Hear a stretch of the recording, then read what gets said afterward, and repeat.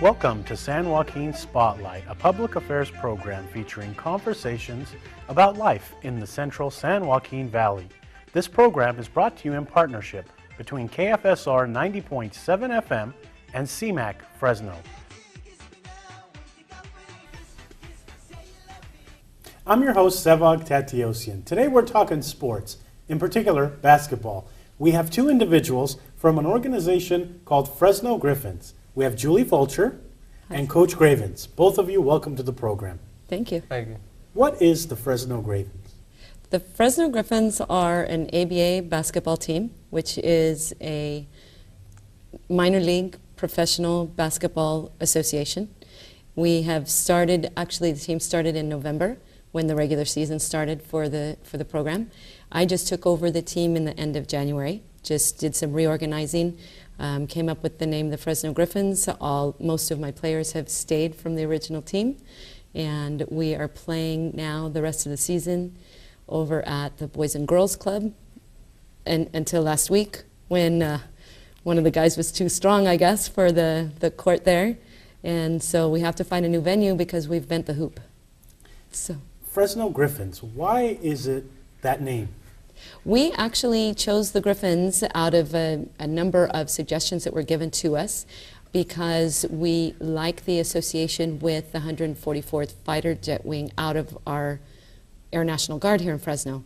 Brandon and I both actually ran into somebody who was familiar with the organization. I talked to a pilot actually that day and asked him what he thought of us sharing their name, and they thought it was a great idea. So I was fortunate enough to speak to the commanding officer and the public affairs office, and they agreed that it was a great idea. So now we're the Fresno Griffins, and we really enjoy the military connection with our local Air National Guard. Welcome to Fresno. Thank you. Coach, let's talk a little bit about your background. Now, off camera, you mentioned you ran track, you played football, you're a coach of basketball. You do a lot of things. Yes. How did you end up in Fresno? Well, started out small town, Kilgore, Texas, which is mostly known for the Kilgore Rangerettes that usually perform, the Christmas parade every year. Ended up going to the University of Georgia for football, transferred from there to the University of Arkansas for track. So I've kind of done all of them, been blessed enough to be successful in all of them. Finished my degree in kinesiology, so that gave me a well-rounded point of view for all sports. I got an uncle, lives in Marietta, California, 30 years in the military, Marine Sergeant Major. Ended up moving out with him to pursue different coaching opportunities. I've liked California since I've been here. Met my wife, and she's from Hanford, so she convinced me to relocate to Fresno. So been here ever since for about 6-7 years now. Is the community welcoming? I think so. My biggest adjustment was probably the air quality. Let's talk about where the ABA is compared to the NBA or even college hoops. Okay. Well, the ABA started in about 1967, if I recall correctly, and they were actually a competitor to the NBA. And in 1976, they actually merged, much like the AFL and, in the NFL, where the AFC and the NFC merged to create the NFL. That's what the NBA did as well with the ABA. Some of the teams, the Denver Nuggets, the New York Nets, they were with the ABA, and so they still exist in the NBA. What the ABA now, starting in 2000, they came back as in existence. Fresno has its team here. A few years ago there was the Fresno Heat. That team is now in Sacramento. And then this team that we have now came into existence in November, and hopefully it'll continue for a long time. And what we really try to do is give those opportunities to college players who didn't make it quite to the next step right out of college. But this is a great format for them to play in, get some more experience, play at a professional level, and hopefully still make it either to international ball or even up to the NBA. So are the players interested in going further than this? I mean, do they have aspirations to go to the NBA? I think every one of our players has aspirations to play at a higher level, and they really, for the most part, there are several of them that really can do that. They're very skilled, they're very focused, and it's like they're almost kids when they get out on the basketball court. They just want to play. So we were happy to be able to put the team back together at the end of January. Congratulations. Thank you. Coach, we were talking off camera a little bit, and you really respect working hard. You mentioned that you've worked hard all of your career. How do you emphasize that to this team? Most of them we talk about, despite their shortcomings of not getting to the league or not getting the NBA, not getting to Europe, that it's just another stepping stone, and it's just another life lesson in dealing with adversity, that this is something you have to work through and have your goals to work towards. So for them, it's really a hard-working approach with the understanding that as long as you keep working hard, something positive, something good will become of it. And they really have embraced that philosophy, and it's really turned some of them life around. I mean, the intensity in practice, as she says about the rim, that just was a freak accident. It was just something that just happened. It was really unexpected, but it came from, the mouthing, the encouragement, the stimulation that really, pushed for them to be a little bit more aggressive than normal. Talk about the quality of these players. I mean, you've been around athletes your whole life. How are these players? I would take this team and travel anywhere. I mean, I'm that serious. I would take these guys and travel anywhere. I have agents now that are following the progress of the team, that want to showcase a couple of the athletes on the team. There's companies from around here that have already agreed to sponsor some of these guys when they go to play in the European leagues over the summer to try to get them over into Europe. We've had phone calls, and we've set up dates to go actually work out with the D-League team in Bakersville. That coach as well is interested in players on this team, so I would take them anywhere. Julie, I want to ask you, there's a Final Four in college basketball, there's a championship in NBA.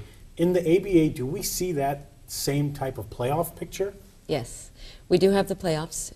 We still could be playoff bound. It depends on a couple things happening here at the end of the season. But it is very similar to how the NBA conducts their finals. There's East and West champions.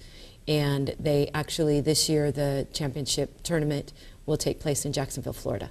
And it is going to be televised, just like the NBA. And there's all-star games. It's very similar. Take us back to when you actually decided to own this basketball team. Was that in your career plan anywhere? Never. I never had owning a professional, any kind of team on my career plan. I was associated with some of the players in trying to help them move up to the next level, as Brandon was talking about, just trying to create some highlight reels and putting some things together so that they would have something to send agents and scouts and people that have been calling about them. And when the previous management just had some problems, the team got left with nowhere to play, and they wanted to play so badly. So they actually contacted Coach Craven, and they told Coach, if he'd coach, that they thought I'd take on the team. And so we put that together in about 2 short meetings. Yeah. And that's what we did. And like Coach said, this is a team I would take anywhere. He knows the talent, so he knows he can take them to compete anywhere. I know them as people, and I would take them anywhere. I don't have any trouble with how they would conduct themselves. I don't worry about how they're going to be at the hotel. They're yes ma'am, no ma'am. They're very articulate. They can do an interview with anybody. They're great with kids. You'll see them doing some clinics later this year, working with some kids, doing some camps, tournaments, all of those kind of things. But they're very well-rounded, well-spoken group of young men. Coach, the first time you saw these players, what were you thinking? Well, when I first saw them, they hadn't been really conditioned. So I was kind of like, oh my goodness. But I know that happens in sports on every level. Every athlete has to be held accountable to a certain standard, as far as working out, staying in shape, being on top of their game. So, I could still see the potential. I guess as a coach, you always would rather walk into a situation where it's already fixed and taken care of. But also, I embraced the challenge, so it wasn't, that big of a turnoff. It was like, okay, I can do this. You know, so I think they kind of fed off of me believing in them, and then it started the kind of domino effect after that. Walk us through what a practice looks like for your team. Usually everybody comes in, we shoot around for a little bit, you know, familiarize with one another. They, you know, shake hands, whatever, hug, and, you know, whatever little terminology that's going on today, they do all that and embrace one another. And then, you know, they'll do that for about 10 minutes and talk about what happened over the weekend. And, you know, then after that, we kind of started getting into playing mode. And we have a couple of team leaders that actually make everybody line up on the baseline. So I don't always have to be the bad guy. You know, I can just direct it to the team leaders and captains, and they'll do it and go through our stretch, and then we go through our normal, you know, three-man weave, basic basketball fundamentals. You know, we try not to ever really forget the fundamentals of basketball, which usually tends to happen, you know, when you get past a certain stage. Everybody wants to forget, you know, what made them great in the beginning. I want to walk you through a scenario. If I'm on your team, I have a wide open shot from a three-point line. Am I going to take that shot? Are we up or down? We are up. We are up, and it's the fourth quarter. If we're up by at least 10, you can take this shot. I have a question for either of you. Where are the players coming from? We have a number of players that are actually from out of town, but they ended up here either playing ABA in Exeter with Coach last year, but some of them have played at Fresno City College. Some of them have played at Fresno Pacific College. So they, for the most part, they all have some college background. And I think that's been one of the things about ABA players is they tend actually to have more college education than even your NBA players, because many NBA players will go out after their sophomore year, whereas most of these guys will have stuck with college for 4 years. So they're coming out of college, they're coming from other places. I have guys on the team, one's from Detroit, one's from Alabama, one's, you know, they're coming from... one from Texas. We've got one, yeah. Reno. Yeah, You've got a good diverse group of players on your team. We do. Are these players paid for what they do? This is a professional league, yeah. That's incredible. So there's, as long as we keep getting good sponsors and the team, you know, you get a lot more people to watch when you're winning. So as long as we keep winning, we anticipate we'll be able to keep taking care of the players. I'm glad you mentioned sponsors. Mm-hmm. How important are they in this whole equation of owner, coach, player, sponsor? Right. You know, it is very important, and I don't know how many people really understand how sports teams operate. The sponsorship is where teams get most of their money. It's not from ticket sales, it's not from concessions, it's not from all those other things. Sponsors like, for instance, you know, the Lakers play at the Staples Center. Well, the Staples obviously is the one sponsoring the whole center. So those kind of names are important. And of course, in return, we do things that get those sponsors great advertising opportunities. So as long as the team continues to function and operate respectfully the way they have been, sponsors would be proud to put their name on that team. Are you going out to sponsors now? If any of our audience members own a company or want to sponsor these great players, how do they do it? They can absolutely contact me. I am easy to get a hold of. I'm all over Facebook. We now have the Fresno Griffins has a Facebook site. We're working on the website because we just now got the name. So a lot of things are just coming together now at the end of the season, unfortunately. But we're doing a lot of things during the off season. We're planning an exhibition game that we believe will be a big boost to the team, and it's just awareness in the community. That would be a great sponsorship opportunity. We're going to do clinics, camps, tournaments, all kinds of things, even through the off season, that would be great opportunities for sponsors. It sounds exciting, and it sounds like an exciting time. Coach, in the game of basketball, you mentioned fundamentals earlier. I gave you a scenario of me shooting a three-point shot, but really, how important is passing the ball? I mean, these days, the highlight is always on the person that either slams or goes and shoots that three-pointer. But how important is passing the ball? Very important. For me, it's probably number one. And like you said, they don't show that on ESPN. They never highlight the assist. It's always either, you know, the game-winning shot or the dunk. I've always, my players know if you don't pass the ball, you're going to sit on the bench. So, and the reason being is, you know, it's a team sport.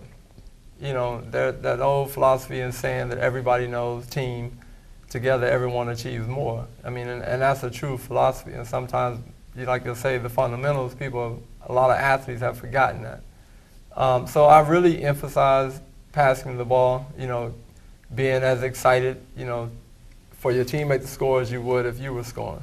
So it's very important. A lot of times when players don't, the other 4 players will kind of shut down. You know, and then sometimes it's too late when another team goes on a run because now they're no longer playing defense, they're not rebounding, they're not passing you the ball, and it's kind of bad energy, you know, floating around. So it's very, very important. When Michael Jordan was playing the sport, people would say the point guard was the most important position. Sometimes people say the center is the most important position. In your opinion, is one position more important than the other? Point guard by far. Because they have to overall manage the game. Okay. I mean, you got to look at probably 80% of the game is in the point guard's hand. I mean, centers are important, don't get me wrong, but they don't bring the ball down the court. They don't lead the fast break. So the point guard has to lead the break. He has to control the tempo of the game, manage turnovers, call the play, make sure all other 4 players actually know the play that he calls. So it's a lot more responsibility put on the point guard than there's a center. I mean, I very rarely have seen basketball teams dominate without a good point guard. In highlights, they always say this team got so many rebounds. In your opinion, are rebounds important? Oh yes, you can't score without rebound. Julie, I want to ask you, what do these uniforms look like? What are the colors of the team? Is there a logo? We do have the logo. It will be the Griffin that the Air National Guard has on their tail wing, and the Griffin will be clutching an ABA ball, which is different than your regular NBA ball. It's a red, white, and blue ball. So he's going to be clutching an ABA ball in his talons. We have just ordered the uniforms because, you know, of all the transition, but it's going to be blue and white.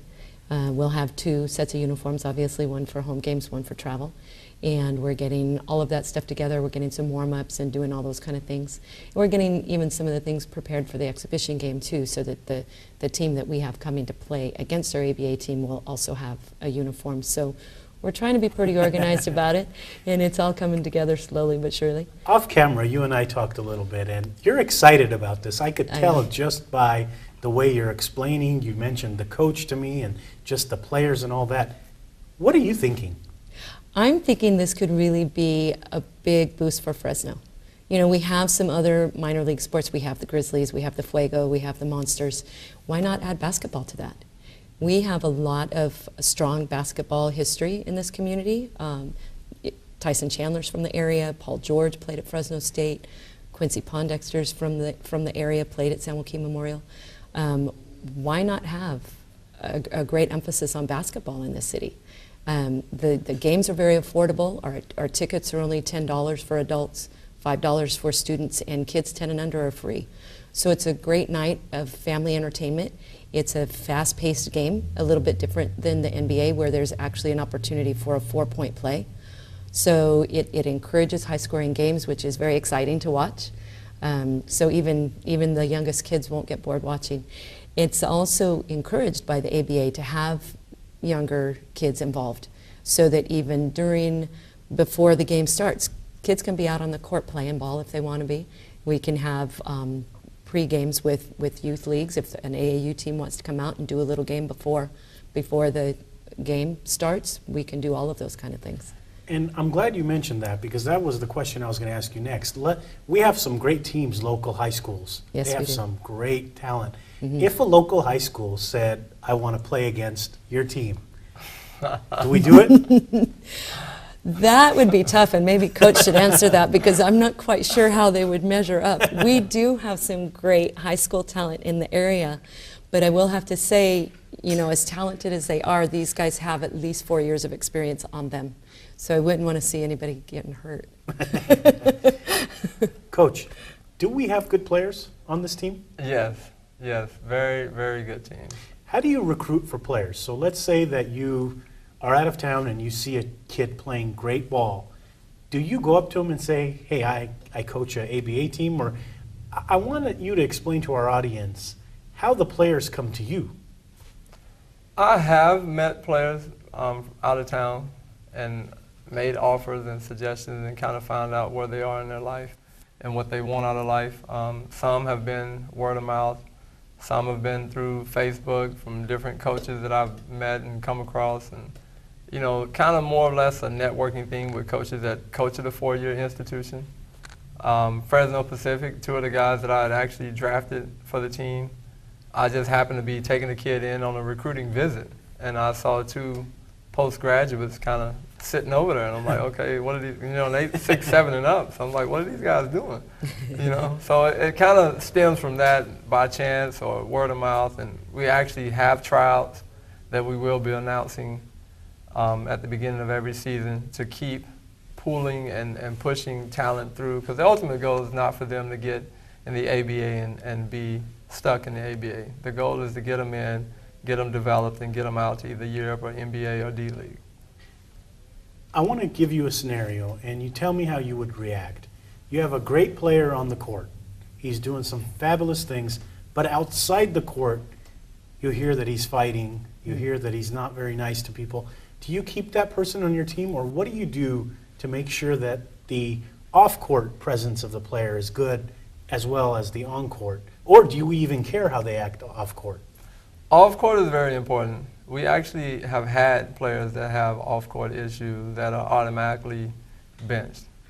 They're still allowed to practice with the team, but they're not allowed to dress and play with the team until those situations are kind of rectified and everything's kind of put in order. It's made known up front that their reputation and what they do, I'm not going to let them deprive anybody on the team of a better opportunity because of their behavior off the court. How many players are on the team, and are the rules the same as the NBA? I mean, I know the NBA rules pretty well. So if I'm watching an ABA game, is it the same thing? There are a couple of rules that are a little different as far as like goaltending. You don't have to wait on the ball to clear the rim. You can actually grab it off the rim and dunk it. So it's kind of an advantage if you know that rule. Some players don't know it, and most coaches don't know it either, but I kind of emphasize that in the locker room. What is your goal as coach? You emphasize that, you know, the players should have goals and stuff like that, but as far as coach, what's your goal? My goal is really to see a lot of them develop and move forward. I mean, I like to see them give back, and there's been a lot of mention by several players that they've always thought about doing AAU teams and, you know, those sorts of things, and I would like for that to develop down the road. You know, once we get a gym that we can actually consider home, to have an AAU team that we can start pooling youth teams and really start spreading this talent out and make Fresno a highly recruited area for basketball, not only just from the high school, but from college and ABA. Julie, I asked the coach this question, so it's fair for me to ask you. What is your goal as owner? I think my goal as owner is to just really bring a positive image of the ABA and the Fresno Griffins. There's been times when the image hasn't always been positive. I want to make sure that we change that. And it's very possible because it's a great product, it's a great team. And as long as we have guys like the coach and the players that we have now, where they're very positive influences on each other and around the community and everywhere they've been, I just want to see this be successful as even a recruiting tool for Fresno. You know, in Fresno, we're surrounded by such large cities where they have NBA and NFL and all these other places, so it's difficult for Fresno to be able to attract, you know, people who want to stay involved in those type of things. So, you know, if we can be as successful as the Grizzlies and the Fuego and the Monsters, you know, add a basketball team to that so we can have some sporting events here year-round for people, that would be my goal. I also, as you know, I work with a nonprofit organization called Leadership First. So part of my goal is to be sure that these young men work through programs such as that one where they learn to become mentors and they learn not just basketball, but it is important for them to give back, because even major leagues now, the NBA, NFL, all of these teams, they're emphasizing that now, that the players not just be players, that we do give back, that there's a great need in the country for positive role models. So that's something that I want to be sure that our guys take away from the team too. Coach, in the highlights, we're used to seeing teammates kind of argue with the other team. Do you tolerate that? And what do you do to make sure that there's good bondage between the teammates? Well, I tend to use the word family a lot. You know, and although I use that word, every family, you do have disagreements, but it's made known it's okay to disagree with certain things, but mostly to keep everything within the family. You know, if we have problems, we'll discuss in the locker room, or if I think it's getting to the point where we're not functioning as a unit, I'll quickly call a timeout and sort of address it. But these guys, like I said, they're very professional. They know what the standards are and what the expectations are as far as the mental and the physical, as far as being mentally tough and not really letting people, you know, push their buttons. And we kind of really take the life approach, you know, our normal life as we do with basketball. So if they can tend to handle that part, they tend to do well on the court and not really let people push their buttons. And I have very good leadership on the team, so they kind of recognize it and kind of nip it in the bud early. You know, for example, if a guy's guarding a guy that's just constantly trying to go at him and trying to push his button, they'll say, hey, I'm going to guard this guy, you go guard that guy. So it's kind of, you know, what I want to say, my leaders will actually say it on the floor. So I really haven't had to encounter that problem yet. Julie, we mentioned earlier about the importance of sponsors. Now, if, let's say, there's an opportunity for the team to play in Europe, could sponsors step up to the plate and sponsor that trip? We're running out of time this week, but I want you to let our audience know how they can get a hold of you if they wanted to do that. Absolutely. Yeah, we would encourage that. We would appreciate that. They can contact me personally on Facebook, Julie Braun Fulcher, or they can contact friend the team, Fresno Griffins. Or if they want to contact me personally, I have my own email address at julie_fulcher@hotmail.com, and I'd be happy to hear from any potential sponsors. Both of you, thank you so much for coming on and telling us about the ABA. It sounds like there's some exciting things happening. Thank you. Thank you. That's all for this edition of San Joaquin Spotlight. My name is Sevag Tateosian. Thank you to the crew, to KFSR 90.7 FM and CMAC in Fresno. Today we heard about the ABA back in Fresno.